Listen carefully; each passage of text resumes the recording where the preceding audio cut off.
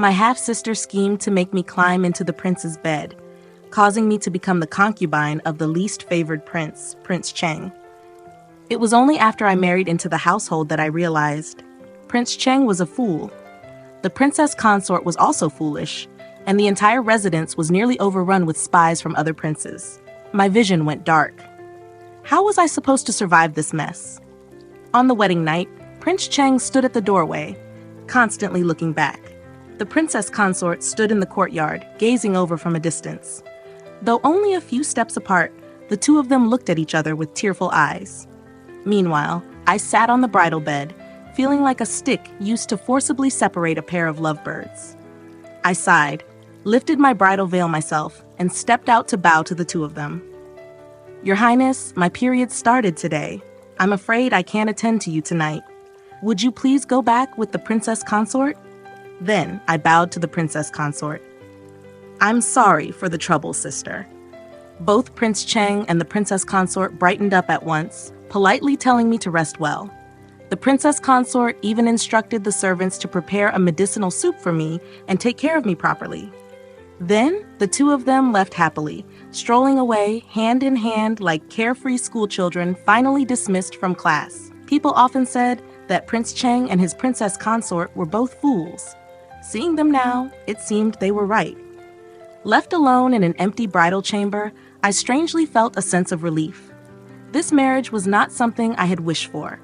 If not for my younger half-sister's scheme, I would never have ended up in the same bed as Prince Cheng. Although nothing actually happened, the fact that we were seen in disheveled clothing made the situation undeniable. Initially, the Zhao family, shamed by the incident, planned to quietly bring me into the prince's household. However, Prince Cheng petitioned the emperor for a decree, granting me the official title of concubine. Only then did I get a proper dowry and a recognized position. Everyone in the capital knew that while Prince Cheng and his princess consort might be foolish, they were deeply in love. Now that Prince Cheng had sought an imperial decree for me, it was obvious. I must have bewitched him. Miss Zhao really has no shame at all, climbing into the bed of a foolish prince. What is she even after? What else? Prince Cheng may be foolish, but he is still a prince, a man of noble status. The princess consort is foolish too and incapable of bearing children. Once Miss Zhao gives birth, the entire household will be under her control. Turns out she is quite clever after all. Before entering this household, I also thought that Prince Cheng had begged for the decree because he had truly changed his heart and developed feelings for me. But now, seeing the situation for myself, I realized that was not the case. Because of my excuse about having my period, the princess consort excused me from the morning greetings and even sent me a top-quality ginseng root. The princess consort came from the wealthy Shen family, a merchant family with no shortage of money. She was generous with her spending, and for her to give such an expensive gift to a mere concubine like me, I had no idea what to give in return. After thinking it over, I could only offer her a box of handmade pastries. On one hand, you can say these pastry is decent gift, that I made it myself, a demonstration of sincerity. On the other hand, they're not worth much at all. But the princess consort was absolutely delighted, pulling Prince Cheng along as they fed each other piece by piece, their faces close together, saying in unison how delicious it was. It was quite a sight. If I were the suspicious type, I might have thought they were doing it on purpose to put me in my place, to make sure I understood exactly what I was, so I would not get any ideas about seducing Prince Cheng. But I had no intention of fighting for favor, and the way they smiled at each other was so genuinely affectionate that even if I had 800 different ways to interpret it negatively, reality simply did not allow it. During the customary visit back to my family home on the third day after marriage, Prince Cheng shocked me again. He prepared a whole pile of gifts and had them loaded onto the carriage. But I immediately noticed something off. The boxes holding these gifts looked suspiciously similar to the one that held the ginseng the princess consort gave me. Wait a moment, Your Highness. Did you prepare these, or did the princess consort? Prince Cheng scratched his head with his slightly chubby hand. The princess consort prepared them. I'm sorry, my storeroom is empty. I really couldn't find any presentable gifts, So I had to borrow some from the princess consort. I will make it up to you after the autumn harvest. I nearly staggered and fainted on the spot. A concubine returning home with gifts plundered from the princess consort's storeroom. If word of this got out, how would I ever live it down? When I went to see the princess consort, she was all smiles and even asked if I needed more. I held my head in my hands. You are a dignified prince. Do you really live so extravagantly that you have emptied out your own storeroom? Seeing I am angry, Prince Cheng dragged me over to check his storeroom. I could see that it really was completely empty. The princess consort and I are both terrible at bookkeeping and even worse at managing finances, so we are a little poor. But do not worry, the princess consort helps cover the costs. I nearly rolled my eyes at him but held back. You are a man, relying on your wife's dowry to run your household, and now you are even using her dowry to provide gifts for your concubine's homecoming? Do you have no shame? I was absolutely furious. What kind of person was this? Seeing me angry, the two of them were stunned. They took a step back and hid behind a tree, not daring to come out. They looked like two little rabbits, making me feel like the big bad wolf. I ordered someone to prepare paper, ink, and a brush, then told Prince Cheng to write a debt note. You borrowed from the princess consort's dowry and said you'd return it. You must keep your word. Write a debt note. Since it was my home visit, Prince Cheng was supposed to be responsible of preparing gift, and it should be him to write the debt note. The princess consort quickly waved her hands, saying there was no need. I glared at her. Write it. Prince Cheng immediately started writing at full speed, carefully listing every single thing he had borrowed. This guy might look silly, but his handwriting was decent and his memory was sharp. He was not a complete fool. I told the princess consort to keep the debt note safe and took Prince Cheng with me to return home. At the door, I saw the princess consort waving at the two of us. Her little rabbit's eyes instantly turned red, looking utterly pitiful. Her tragic expression made it seem as if I were taking Prince Cheng away to sell him. I sighed helplessly, turned back, and waved at her. Come on up! She happily hopped onto the carriage, truly like a little rabbit. I gazed out the window with a smile, thinking that this return visit would surely be one the Zhao family would never forget. At the Zhao residence, my lovely half-sister, Zhao Wanru, deliberately waited at the entrance, eager to witness my humiliation. Oh, sister, you're back? I heard that Prince Cheng and the princess consort are deeply in love. After you climbed into his bed and forced your way into his household, surely you must be disliked by the princess consort, right? She dressed flamboyantly, like a colorful peacock, her gaze full of provocation when she looked at me. Back then, she had drugged me, scheming to make it seem that I had seduced Prince Cheng, all to see me disgraced. The proud, legitimate daughter of the Zhao family, willingly crawling into a man's bed, only to become a concubine to a foolish prince. My dignity had been thrown to the ground and thoroughly stomped on. I smiled at her and said, Sister, you are still so fond of meddling. Perhaps you should first think about how to hide your own belly. She had schemed against me not only to humiliate me, but also to steal my marriage.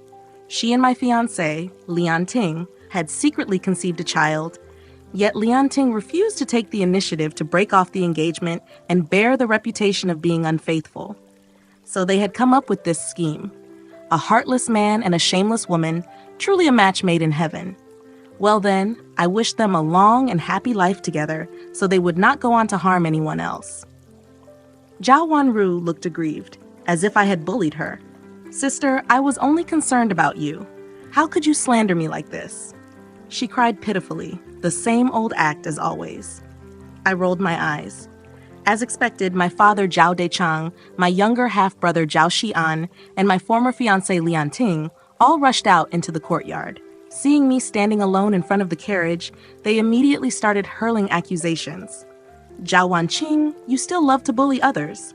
I thought getting married would make you restrain your temper, but who would have thought you would still be this vicious?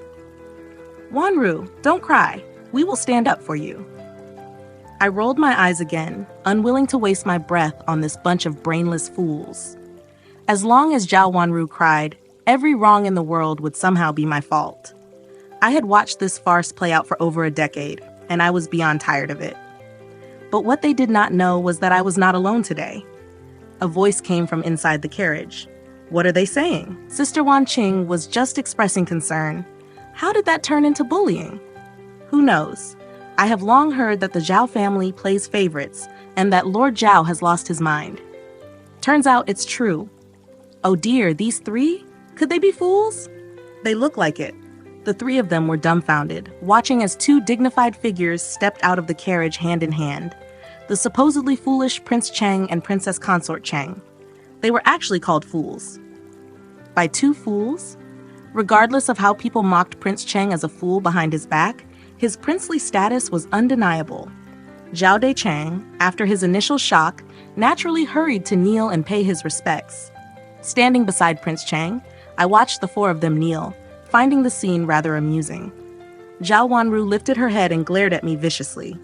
These four probably never imagined that Prince Cheng and the Princess Consort would accompany me on my return home. Not just them. Even throughout history, this had never happened before.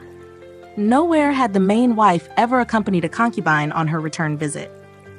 Originally, Zhao Wanru intended to witness my humiliation, but with Prince Cheng and his wife present, she did not dare to say anything reckless. My stepmother, Qin Jingyun, also came out to greet us. She was momentarily stunned upon seeing Prince Cheng and his princess consort, but quickly bowed in greeting. Prince Cheng, Princess Consort, has Wan Qing done something wrong? Oh dear, what could this child have done to trouble your highnesses to personally come and reprimand her? I will make sure to teach her a proper lesson. With just a few words, she had already pinned a crime on me, even signaling Zhao Dechang with her eyes. It was only then that Zhao Dechang fully grasped the situation. Your Highness, it is my failure as a father that has led her to commit such disgraceful acts. To have troubled both of you to come in person is truly shameful. That child's mother was never a good woman to begin with.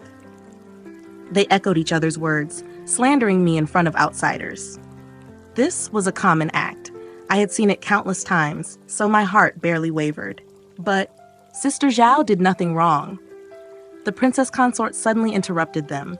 Her big eyes blinked as she stared at them in confusion. You are her parents. Why do you blame her before even asking what happened? Shouldn't parents stand by their own child first? I was stunned, looking at her in surprise. These were the words I had held in my heart for over 10 years, yet I had only dared to ask them once. That one time, I was beaten and scolded right to my face. Do you think we don't know what kind of person you are? If it is not your fault, then whose is it? Why do people always blame you instead of your sister? Have you ever reflected on what you did wrong? No one cared to listen. The truth did not matter. In the end, it was always my fault. After that, I never asked again. What was the point? In the Zhao family, no one cared. But now, hearing these words come from the Princess Consort Cheng, even Zhao Dechang and the others looked over in surprise. They did not dare to refute her. Even if they mocked her as a fool in their hearts, they would not say a word against her. They had always been bullies who preyed on the weak and feared the strong. I could not help but smile. Look at them. They, too, had people and things they feared.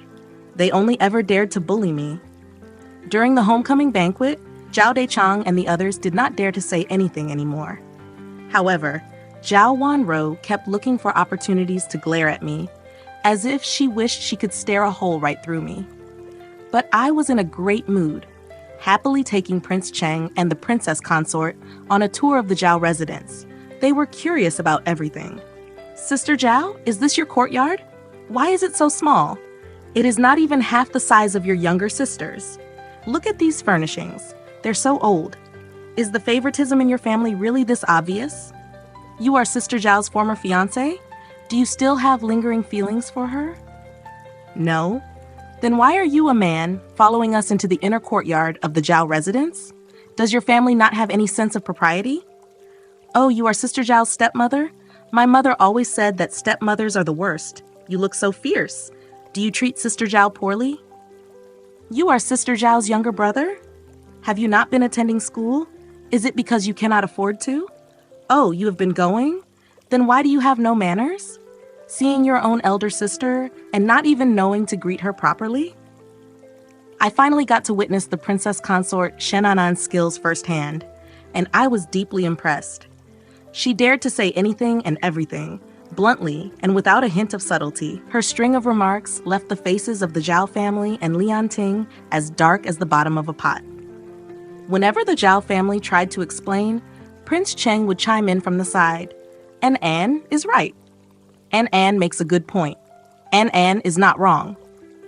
The two of them echoed each other, causing the Zhao family to gnash their teeth in frustration. They could not help but glare at me, as if thinking I had deliberately brought these two along to back me up. If I had not seen how they acted at home, I might have thought the same as the Zhao family, that they were doing it on purpose. But their eyes were sincere, and from any angle, it was clear that this was simply their true nature. With personalities this straightforward, it was no wonder that in this capital full of scheming minds, they were often called fools. Yet in this world, there were too many smart people, while fools were rare. After dinner, the Zhao family hurriedly saw us off, as if afraid we might stay the night. For the first time, I actually wanted to stay, just to see how they would react tomorrow. However, it was already late. If the three of us really stayed, how would we arrange the rooms? Who would share a room with whom? After leaving the Zhao residence, I turned back and waved to Zhao Dechang. "Father, I will bring the prince and princess consort to visit you often." He opened his mouth, probably to tell me to get lost. Ha! So he also had moments when he was angry but dared not speak. Borrowing a tiger's power really was satisfying. I was smiling all the way, in an exceptionally good mood, yet my heart still felt a bit sour. The prince and princess consort sat quietly in the corner, carefully watching me. Prince Cheng even shared his hidden snacks with me. Those were the treasured snacks he only ever gave to Shen An.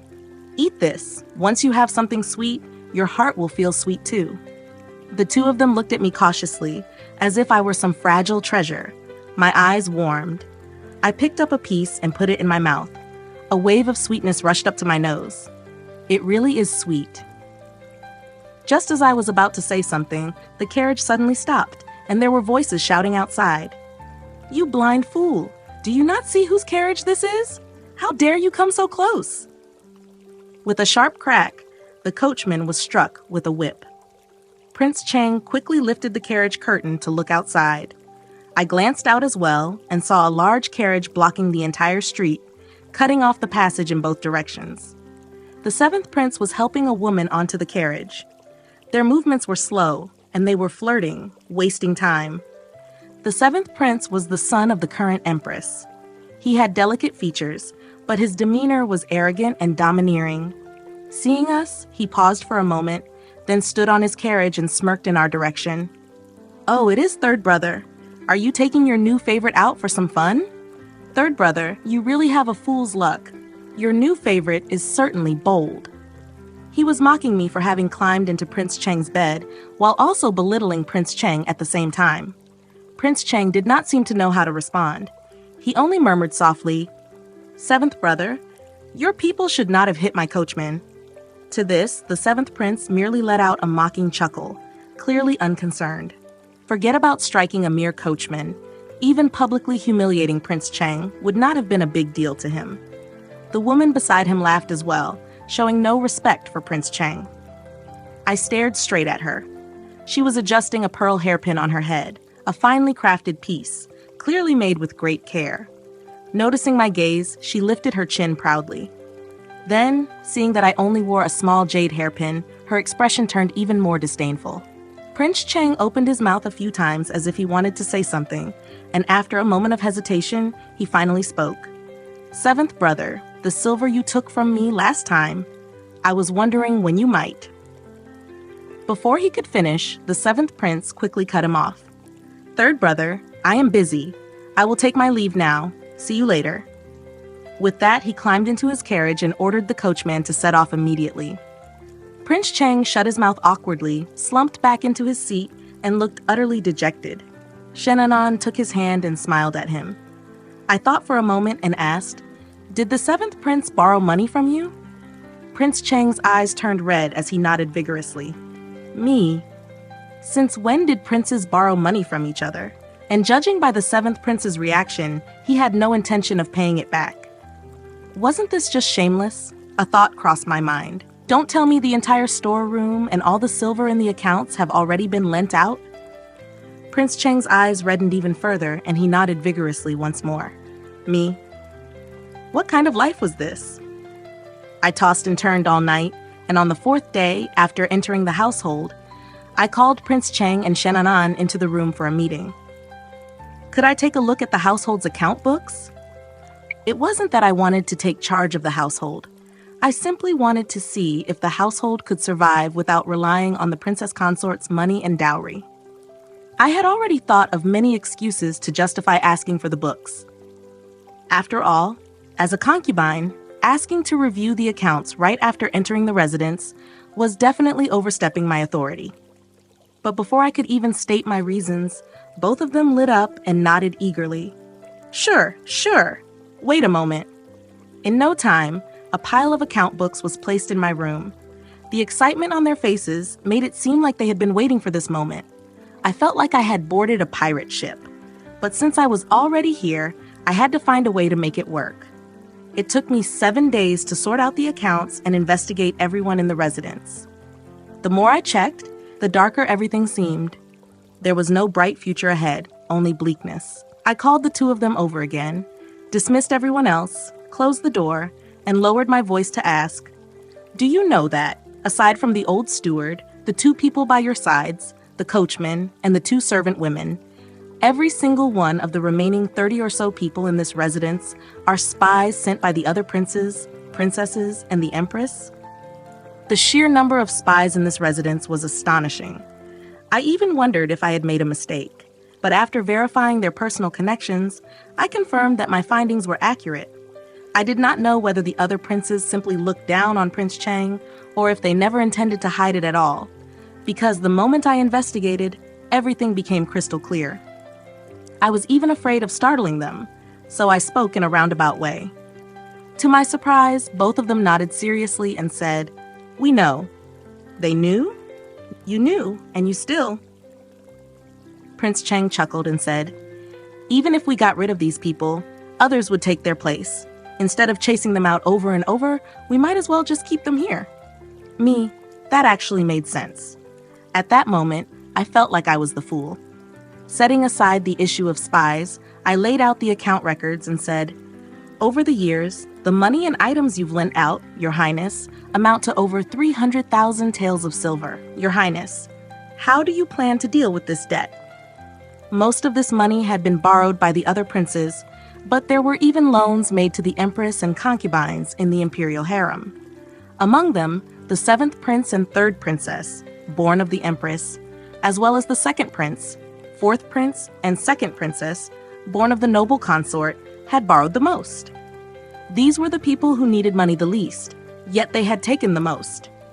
When I saw the exact amounts, my vision went blurry for a moment. How did he manage to lend out his entire family fortune? Hearing this, Prince Cheng shrank back again, lowering his head, not daring to speak. I slammed the table. Speak. Seeing his cowardly demeanor, if the Zhao family were to witness this, how could they possibly fear him? Prince Cheng shuddered in fright. Shenanan quickly grabbed his hand and carefully said, "His Highness did go ask for it, but they refused to give it back." So they were refusing to pay their debts. Even the imperial family dared to do such a thing. So shameless. I took a deep breath. "Then this matter requires a decision from you, Your Highness. Will you reclaim all this silver, or will you continue to use the princess consort's dowry to support the household, to provide for both yourself and me?" Prince Cheng was so ashamed by my words that he could not lift his head. I pressed him further, emphasizing my tone. "Your Highness, do you want to be a real man, or do you want to keep wronging the princess?" Shenanan was just about to say that she did not feel wronged, but before she could speak, I stuffed a pastry into her mouth. With her cheeks puffed up, she could not say a word. I made good pastries, and she loved eating them. Whenever I had time these past few days, I would make some. Seeing her enjoying it, my expression suddenly changed. I turned and glared at Prince Cheng. Among these accounts, some of the borrowed items include the princess consort's dowry. "Your Highness, did you see the pearl hairpin on the head of that woman accompanying the 7th prince? That was actually part of the princess consort's dowry. Yet somehow it ended up on that woman's head. When I saw the illustration of that pearl hairpin in the records, I was utterly shocked. It seemed that whether in the imperial family or among commoners, there were always those children who were bullied, and even their spouses were not given any respect. Prince Cheng looked at me in shock. Seeing me nod, he glanced guiltily at his princess consort, then at the pile of account books. Finally, he took a deep breath, imitating me, and said, "I don't want to wrong the princess consort." Not bad, he was acting like a real man. I smiled and said, "All right then, starting tomorrow, we will stop eating at home. The three of us will go out for our meals instead." Neither of them understood what I meant by going out to eat. The next day, I dressed the two of them in old clothes, and we set out in a worn-out carriage. Our first stop was the first prince's residence. The first prince did not have a high status at birth. His mother was originally just a palace maid serving the emperor. Later, when she gave birth to the first prince, she was promoted. As the first prince's military achievements grew, his mother eventually became one of the 4 consorts. We headed straight for the first prince's residence, entered through the gates, and made ourselves comfortable without any intention of leaving. The first prince was not home, but that was fine. We explained the situation to the steward, presenting the copied accounts and stating that we had come to collect a debt. The steward looked troubled. "This is not something I can decide on my own." I smiled. "Then we will wait for the first prince to return." The steward made excuses. "His Highness has gone out to train troops, and it is unknown when he will return." Still smiling, I replied, "That's all right. We have plenty of time. We will wait." We stayed at the first prince's residence, and the people there did not dare to neglect us. They served us tea, water, and snacks. We ate and drank our fill, wandered around to take a look at everything, and when mealtime came, we simply asked what was on the menu for today. The steward looked at the 3 of us speechlessly. I had completely shed any sense of shame, while Prince Cheng and the princess consort had no concept of face and propriety. We ate and drank as we pleased, even making demands without the slightest awareness of being guests. Thus, the 3 of us freeloaded for an entire day's worth of meals. We didn't get to see the first prince, but we ate very well and even took some extra food with us. When night fell, the steward finally let out a sigh of relief as he watched us leave. The next day, when we returned, the steward did not even dare to open the door. I waved my hand grandly and said, "No worries, we will go find the second prince instead." I grabbed a gong, gave it a loud clang, and nudged Prince Cheng. He immediately caught on and shouted, "Big brother, since you are not home, we will come back tomorrow to collect the debt. Don't worry, big brother. I am only here to take back the principal, not charging any interest." With that, we turned and left, not caring about the expressions of the officials passing by. Collecting debts requires thick skin. Those who owed money had no shame, so why should we feel embarrassed about collecting what was rightfully ours? I took Prince Cheng and the princess consort and made the rounds to all the residences of the princes and 3 princesses who had borrowed money. We did not forget those in the palace either. 1 household per day, without favoritism. Aside from the 5th prince, who was born to consort Yun, all the other princes had borrowed silver. Whenever we encountered someone, Prince Cheng would loudly declare that we were there to collect debts, saying that the household storeroom was empty and that we had to rely on the princess consort's dowry to get by. If the princes refused to open their doors, Prince Cheng would stand at the entrance and shout. After repeating himself a few times, we would move on to the next residence. Eventually, none of them would open their doors, so we started waiting at the palace gates early in the morning. The princes could pretend they were not at home, but they had to enter the palace at some point, right? A month later, the entire capital knew that several princes and princesses owed Prince Cheng money and had not repaid it. Prince Cheng was so broke that he had to ride an old carriage, wear old clothes, and take his main wife and concubine out every day to collect debts. There were even those who took pleasure in this and specifically waited to watch the spectacle. There were plenty of lively events in the capital, but a royal scandal? That was a rare sight, perhaps once in a lifetime. They would be fools to miss it. Prince Cheng didn't care at all. He would answer any questions as detailed as possible. He repeated the same story over and over, getting more fluent each time. The princes were shameless when they borrowed the money because they assumed Prince Cheng cared about saving face. But now Prince Cheng had abandoned all shame. The emperor still had to save his own. I've lost all face because of all of you. How extravagant are your daily expenses that you've borrowed so much money from your third brother? The emperor summoned all the princes, along with the 3 princesses, the empress, and the imperial concubines, and scolded them mercilessly. Go back and return all the money to your third brother, immediately. The princes accepted the decree, promising to repay him as soon as they returned. But Prince Cheng refused to leave. Let's settle it here. Brothers and dear siblings, bring out the silver notes now. I will count them before I go. Hurry up! And Anne is waiting for me to have dinner. The emperor was momentarily stunned, and the 10 or so people who owed money were also caught off guard. They had all planned to repay their debts with a little less than they owed, certain that Prince Cheng would not dare to make a fuss about it. After all, bringing the matter before the emperor once was already risky. If it happened a second time, even if Prince Cheng was in the right, he would still be scolded. The emperor was far too busy to waste time on such trivial matters. But now that Prince Cheng insisted on settling the debts here, right in front of the emperor, how could they possibly dare to be dishonest? Prince Cheng pulled over a small stool for himself, sipped his tea, and nibbled on the snacks he had brought along, saying that he could wait as long as needed. The emperor looked at him, took a deep breath, and sighed. What a fool! How did you become such a fool? Prince Cheng was born to the late empress. As a child, he had been bright and charming, loved by everyone. But after the empress passed away, he fell gravely ill. When he recovered, he had changed, becoming timid, withdrawn, and increasingly dull-witted. Eventually, after being scolded as a fool for so long, he truly became what everyone called him. Whenever the emperor thought of Prince Cheng, he could not help but feel disappointment, regret, and anger. Since the emperor did not punish Prince Cheng, the other princes had no choice but to grit their teeth, go home, and bring back silver to repay their debts. Once outside, they all started cursing. Everyone says third brother is a fool. Who are they trying to fool? How was him a fool? He was clearly sharp and calculating. The 7th prince sneered, making such a scene and not even caring about the royal family's dignity. How is that not foolish? The others remained silent, but inwardly they were fuming. Infuriating.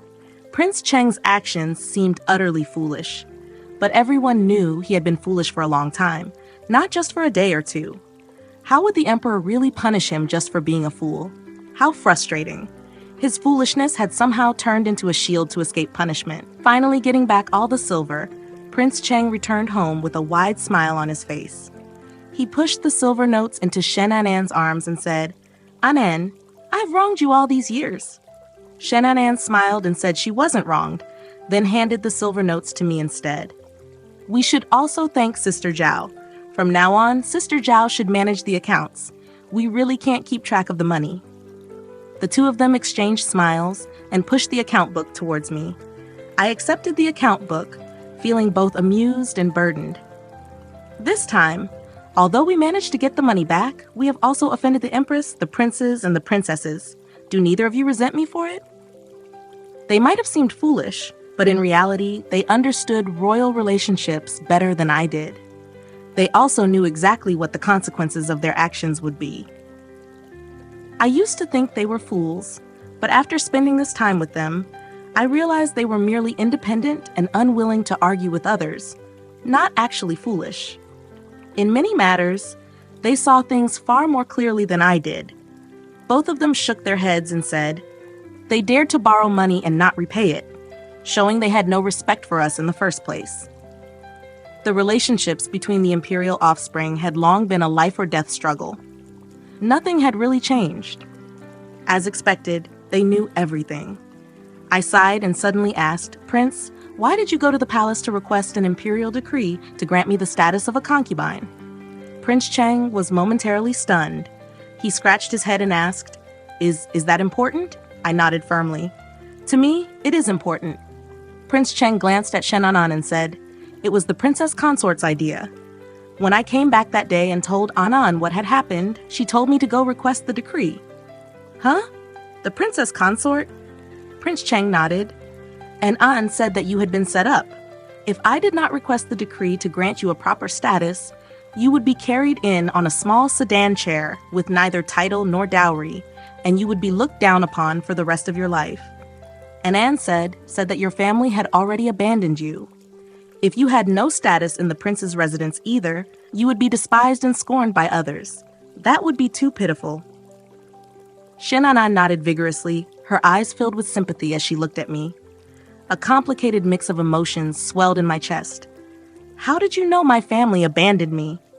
The situation had been chaotic at the time, and Shinanan had not even been there. How could she know so much? And more importantly, I had climbed into her husband's bed, yet she was convinced that I had been framed, and even insisted on securing a status for me. How could she be so silly? Shenanan's gaze was clear. It was the prince who told me. He said that at the time, your stepmother was accusing you, your younger brother was calling you shameless, and your younger sister was pretending to be virtuous, saying that she should have watched you more closely. No one stood by your side. No one helped you, not even to drape a piece of clothing over you. At that moment, the scene from that day suddenly surfaced in my mind. Back then, many people surrounded me, pointing and whispering. My clothes had been torn open, exposing my skin. They all watched as if it was a joke, cursing me for being shameless. No one thought to cover me, not even a little. But in the chaos, someone wrapped a blanket around me and stood in front of me, saying something. At that time, all I could think about was how, despite all my precautions, I had still fallen into Zhao Wanru's trap. My life was completely ruined. Zhao Wanru and Qin Jingyun were smug with satisfaction, while Zhao Dechang pointed at my nose and cursed me. He even took the opportunity to trample on my late mother's name, calling us shameless and delusional. Since everything was already ruined, should I drag the Zhao family down with me before it all ended? Should I make the Zhao family drown in blood? Or should I simply burn everything to the ground? I had even figured out where to buy poison and fire oil. I had taken out all the private savings I had hidden over the years, calculating how much silver and time it would take to carry out my plan. But just as I was working out the details, an imperial decree arrived from the palace. Prince Cheng had entered the palace to request a decree, granting me a title and a place in the imperial registry. I was dazed for a moment before I accepted the decree, staring at the words on it as my mind buzzed.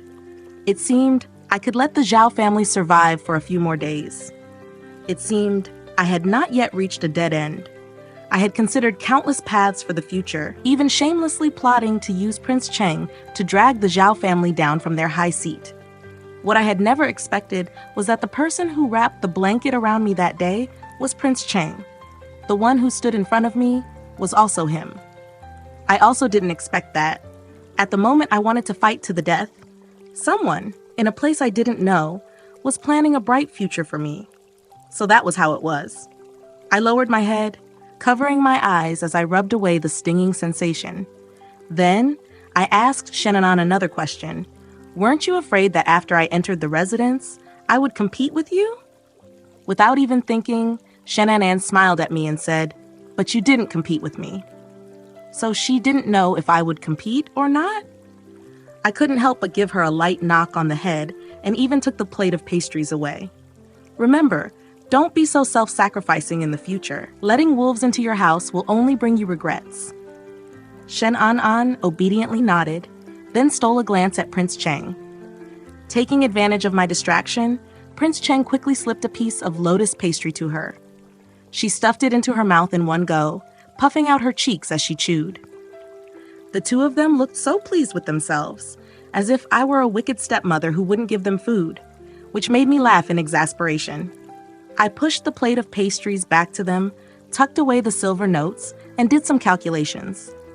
Since you both handed me the silver, we need to figure out a way forward. This money has to be put to better use.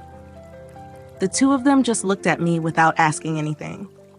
So I said, let's find a way to survive.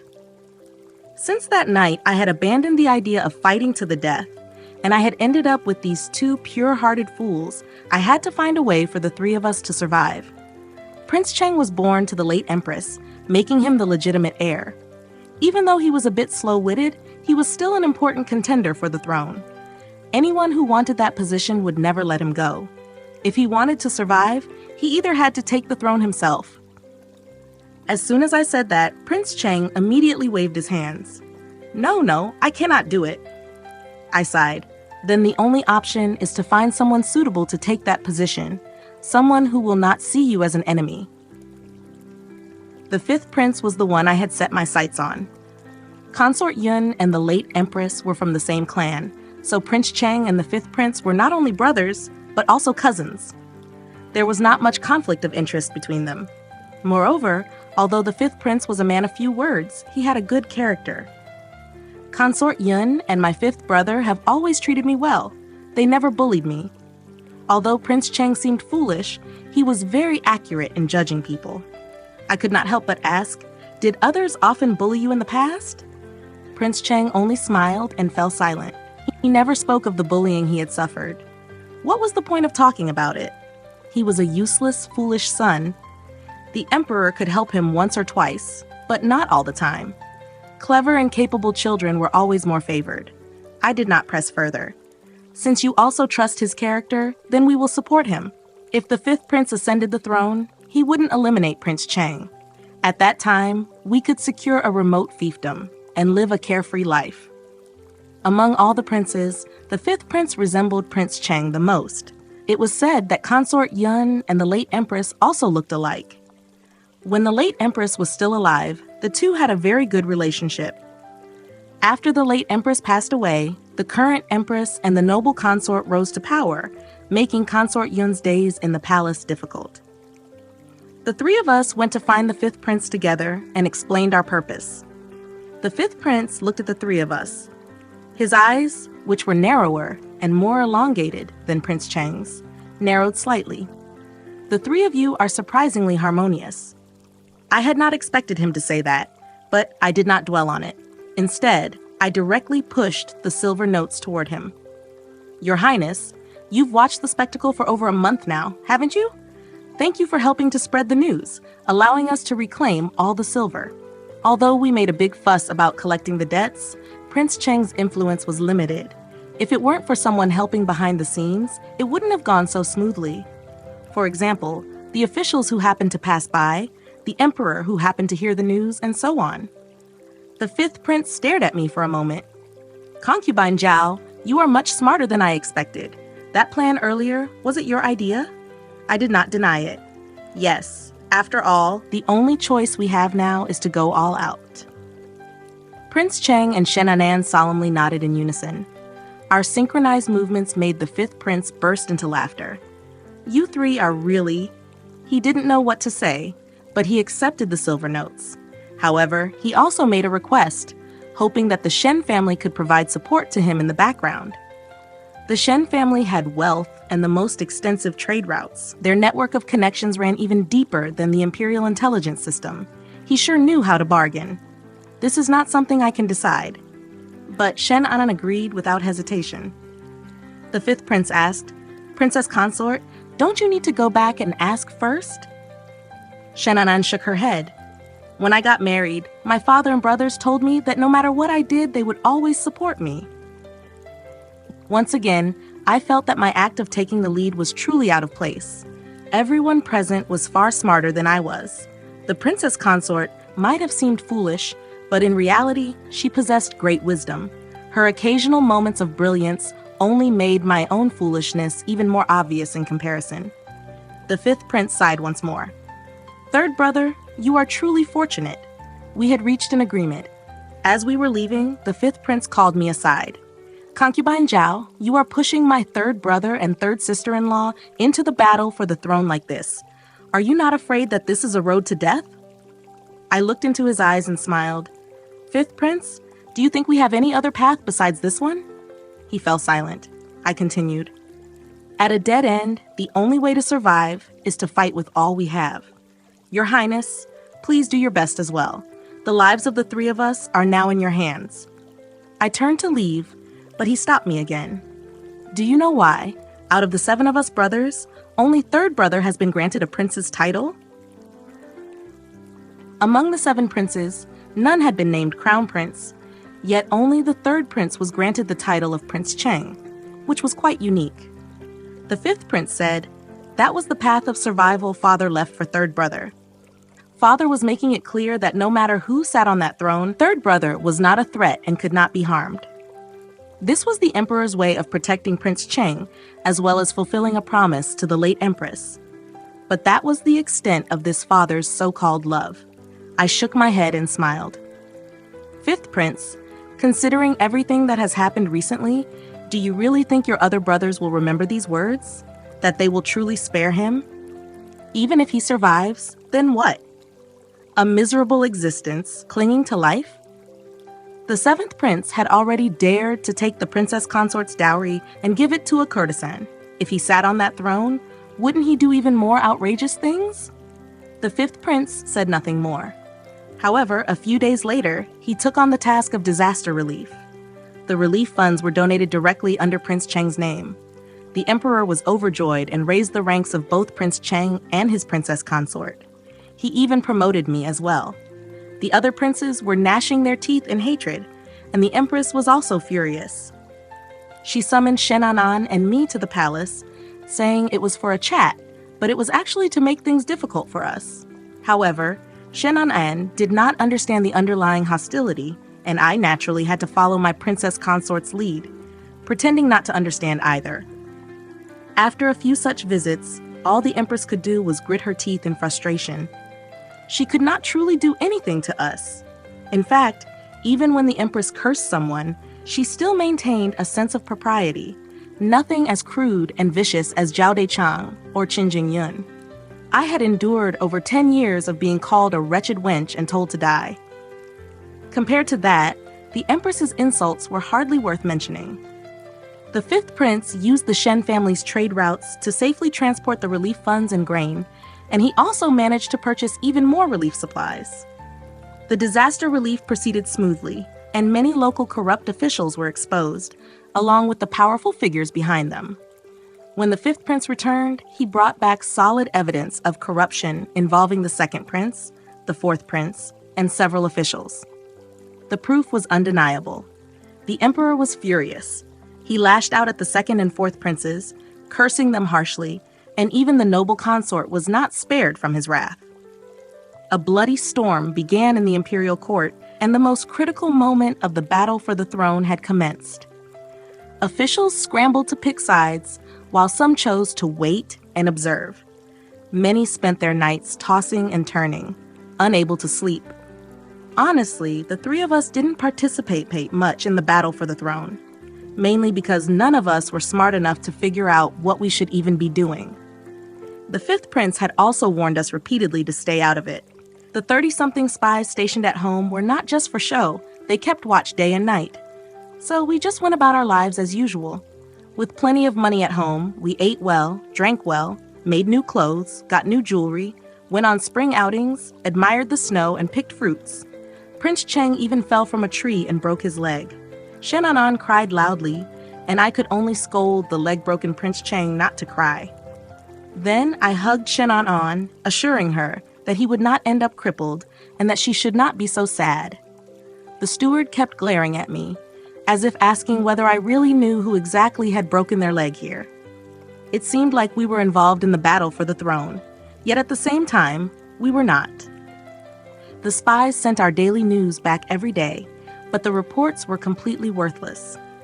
One night, I got up for a stroll and overheard a spy for the 7th prince getting scolded in a corner of the wall. What have you been doing every day? What kind of useless reports are these? Who cares how many snacks they ate, what clothes they made today, or that Prince Cheng and the princess consort had a fight and asked Zhao Wanqing to mediate? The spy sounded pitiful, but that really is all they do every day. They haven't met with the 5th prince? Haven't interacted with any court officials? No, they haven't. When Prince Cheng goes out, he doesn't even know the ranks or positions of the officials. He only knows that these people have to bow to him. What about Zhao Wanqing then? She's not a fool, right? Does she have no ambition at all? Has she not tried to compete with Shenanan for favor? The spy fell silent for a long moment before answering. Zhao Wanqing treats the princess consort better than she treats Prince Cheng. Last time, when Prince Cheng broke his leg, Zhao Wanqing wouldn't even let him cry, saying he would scare the princess consort. You just keep watching them. Stay sharp. Once they were both gone, I finally stepped out from behind the wall. These spies weren't having it easy either. I was tired just listening to this little bit. It must have been so hard for them to be in the residence every day. Since that was the case, I figured I might as well give them something actually worth reporting. Zhao Wanru finally got engaged to Lian Ting. The wedding preparations were rushed, and naturally, I had to return home to attend the banquet and visit my family. Zhao Wanru was already pregnant before marriage, so the Lian family looked down on her. The wedding was not a grand affair. Mother Lian kept a stern face, and when the newlyweds bowed to her, she deliberately delayed telling them to rise. Many people were there to watch the spectacle, so Zhao Wanru had to act frail and pretend to faint. But before she could even collapse, Mother Lian had already told them to rise. Her timing was impeccable. My engagement with Lian Ting had originally been arranged by my mother when she was still alive. After she passed away, I lost my support and had my reputation ruined. Mother Lian had always been displeased with me and never missed a chance to make things difficult for me. Now, with Zhao Wanru marrying in, the battle between mother-in-law and daughter-in-law would surely be very exciting. That night, I went to Zhao Dechang in tears, begging him to help me get a divorce. Zhao Dechang thought I had lost my mind. That is a prince! Have you ever seen anyone divorce a member of the royal family? If you want to die, go ahead and die by yourself. Do not drag the family down with you, I sobbed. What's the difference between dying now and dying later? Prince Cheng has offended the 7th prince, and it's a life or death situation. When the 7th prince takes that position, I'll be dead anyway, and I might even drag you all down with me.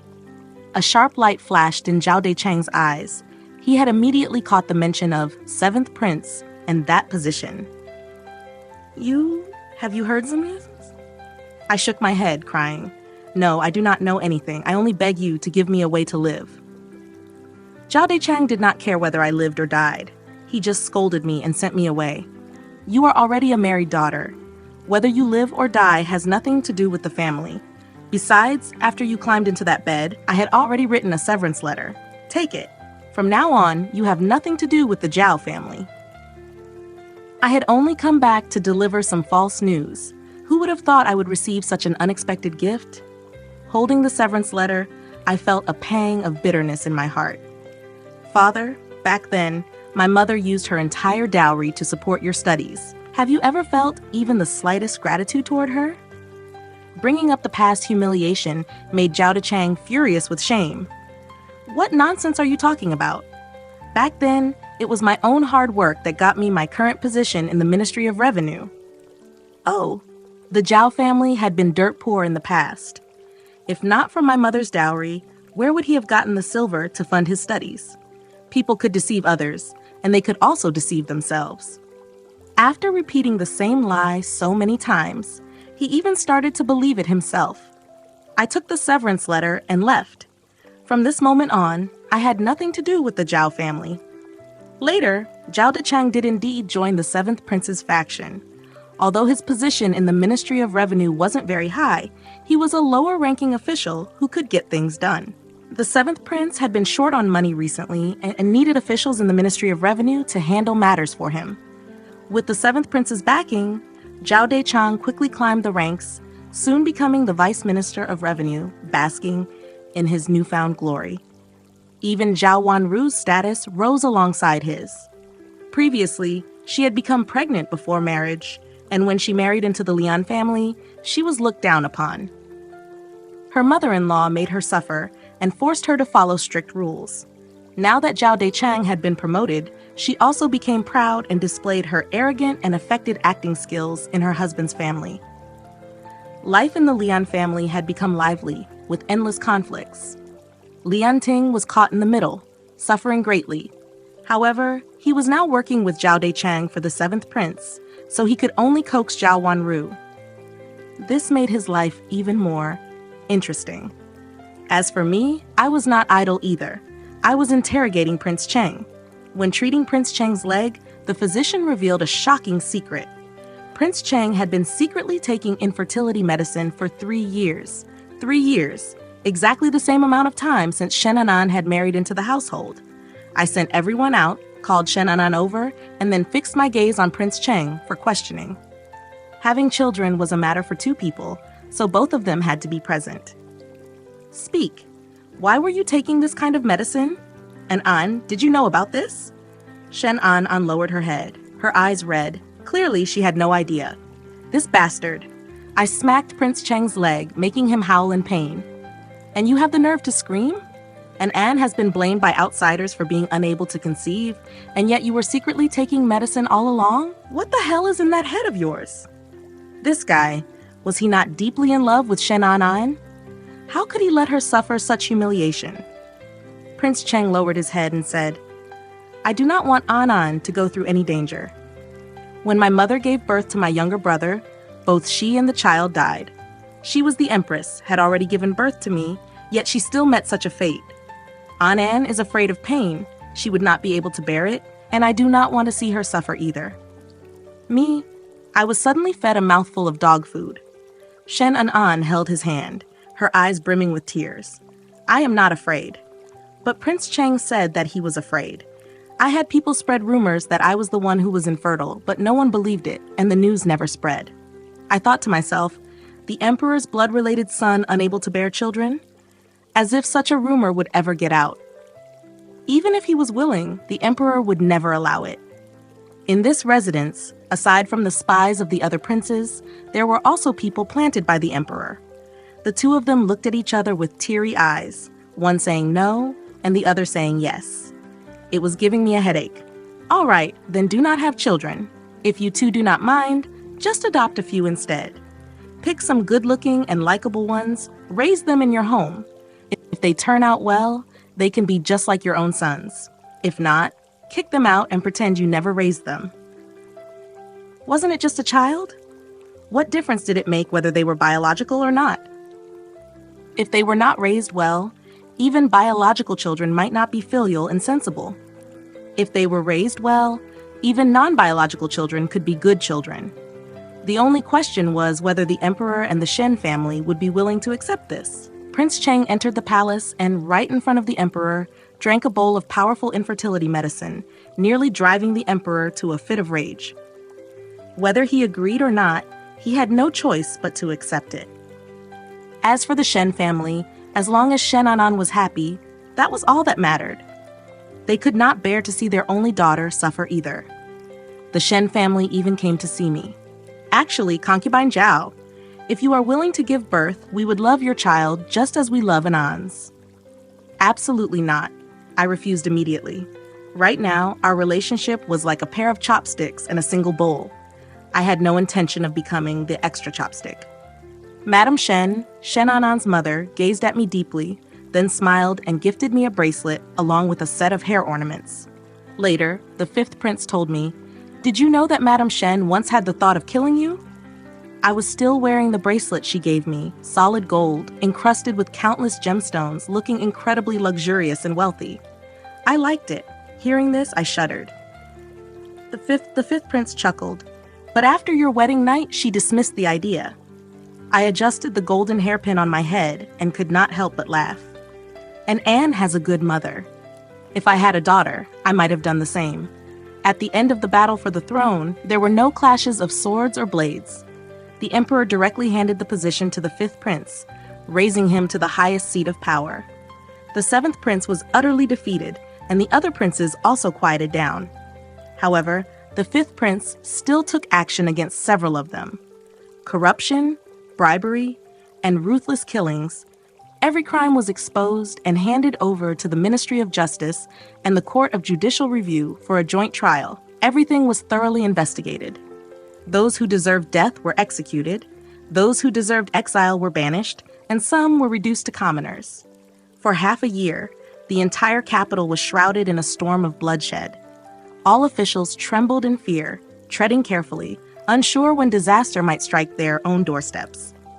The fifth prince told the emperor, "Father, you are kind to your sons and cherish family ties, not wanting to eliminate them completely, but I also have to consider the people of the kingdom. Father, I ask your understanding." In the end, the old emperor said nothing more. He took the empress and his concubines to a palace outside the capital to devote himself to Buddhist prayers, never again interfering in the affairs of the capital. Several princes were demoted to commoners and exiled to barren lands. The Zhao family and the Lian family, who had been deeply entangled with the seventh prince, were also exiled as a whole. Before their departure, I went to see them. Zhao Dechang had lost all his former arrogance and pleaded with me to save them. We are still a family, after all. Having exiled family members won't reflect well on you. I took out the severance letter and said, "Father, you wrote this yourself. Have you forgotten?" Zhao Dechang raged, "I am your biological father. If you abandon me, how will others see you? How will Prince Cheng see you?" I chuckled. "My mother was your first wife. You allowed Qin Jingyun to harm her to death. How do you think I see you? How do you think others see you? Did you ever consider that?" When he acted selfishly and shamelessly, he never cared about reputation. Yet now, after committing his wrongs, he was forcing me to care about face. What face did I need? I had been trampled under their feet since I was a child. How could I care about face? After their exile, Zhao Dechang and Qin Jingyun died on the journey. Zhao Wanrou, Zhao Jian, and Lian Ting managed to reach their place of exile, but they were tormented to the brink of death. Within a few years, they perished as well. The days before their deaths were the greatest suffering of their lives, and the most satisfying sight for me. Prince Cheng and Shen An adopted 4 children, making our house lively and full of joy. The fifth prince summoned me to the palace and asked if I wanted to fake my death and assume a new identity. I nearly spat out my tea. "Your Majesty, I don't have the brains for that, nor the good fortune." His harem was full of people. With my intelligence, how could I possibly outsmart any of them? In Prince Cheng's residence, there were only the 3 of us as the masters. Others saw me as clever, but in truth, I was the least intelligent among us. A life like this was already quite good. The fifth prince, now the emperor, did not press me further and instead asked if I wanted him to grant me a divorce and arrange a new marriage. They are deeply in love, and you are the only one left alone. When you grow older, you might feel lonely. I chuckled. I just consider it as raising 2 more children. How could I feel lonely? Besides, who would dare to marry someone who divorced out of the royal family? I had no idea what the fifth prince found wrong with me, always coming up with these terrible ideas. After I returned, I spent the night persuading Prince Cheng and the princess consort to request a fief, hoping to move somewhere far from the capital for a peaceful life. Coincidentally, the old Shen family residence was in the south, and Father Shen and Mother Shen had already gone back to their hometown to retire.